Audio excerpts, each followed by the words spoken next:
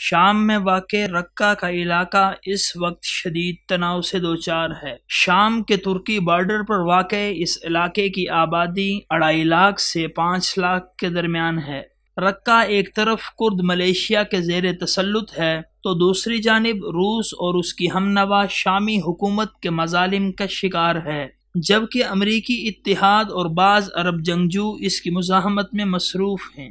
ترکی سے شائع ہونے والے جریدے حریت ڈیلی نیوز کے مطابق ترک صدر رجب طیب اردگان نے نیو یارک میں انٹرویو دیتے ہوئے بتایا کہ رقہ کی آزادی کے لیے یک طرفہ کام نہیں کریں گے، بلکہ اتحادی افواج کو اس سلسلے میں ساتھ لے کر چلیں گے۔ جبکہ شام کی موجودہ خانہ جنگی پر تبصرہ کرتے ہوئے طیب اردگان نے کہا ہے کہ شام میں بشار الاسد کو طاقت سے ہٹائے بغیر کبھی بھی دیرپا امن کی امید نہیں کی جا سکتی۔ شام میں بشار الاسد کو ہٹانے کے سلسلے میں کی جانے والی کوششوں کا ترکی سب سے بڑا حامی ہے۔ شام کے داخلی معاملات کا فیصلہ خود اس کی عوام کو کرنا چاہیے، نہ کہ غیر ملکی سپورٹ پر پلنے والے بشار الاسد کو۔ روس، ایران اور دیگر شیعہ سٹیٹس شامی معاملات میں مداخلت اور وہاں کے حالات کو مزید ناخوشگوار بنا رہی ہیں۔ دنیا کو شام کی خود مختاری کی عزت کرنی چاہیے اور اس مسئلے کا مستقل بنیادوں پر حل تلاش کرنا چاہیے۔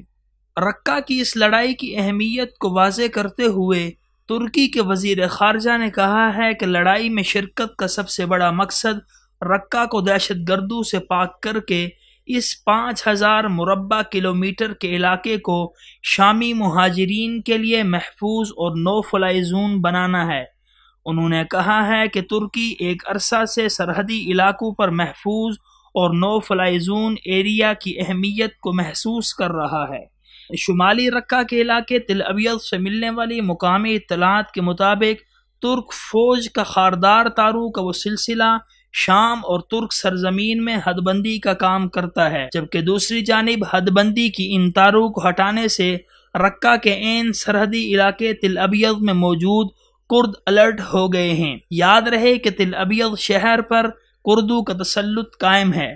تازہ اطلاعات کے مطابق کرد جنگجوؤں نے علاقے میں کرفیو نافذ کر دیا ہے، جس کی وجہ سے علاقے میں تناؤ اور کشیدگی کی صورتحال میں واضح اضافہ دیکھنے کو آ رہا ہے۔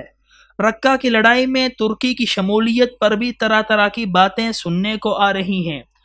عبدالعزیز محمد، جو اس خطے کے امور کے مبصرین اور سرگرم کارکنوں میں سے ایک ہیں، حال ہی میں ان کے بچوں میں سے ایک کو کرد یونٹس کی جانب سے جلا وطن بھی کر دیا گیا ہے۔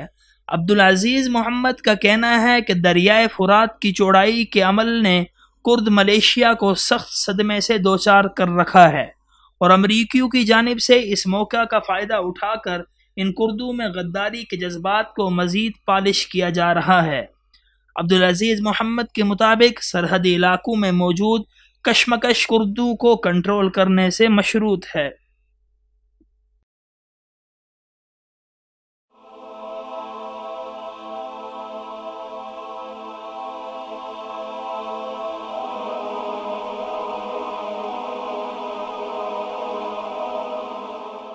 ایمان کی کرن، ہدایت کی شمع، رسالہ اردو۔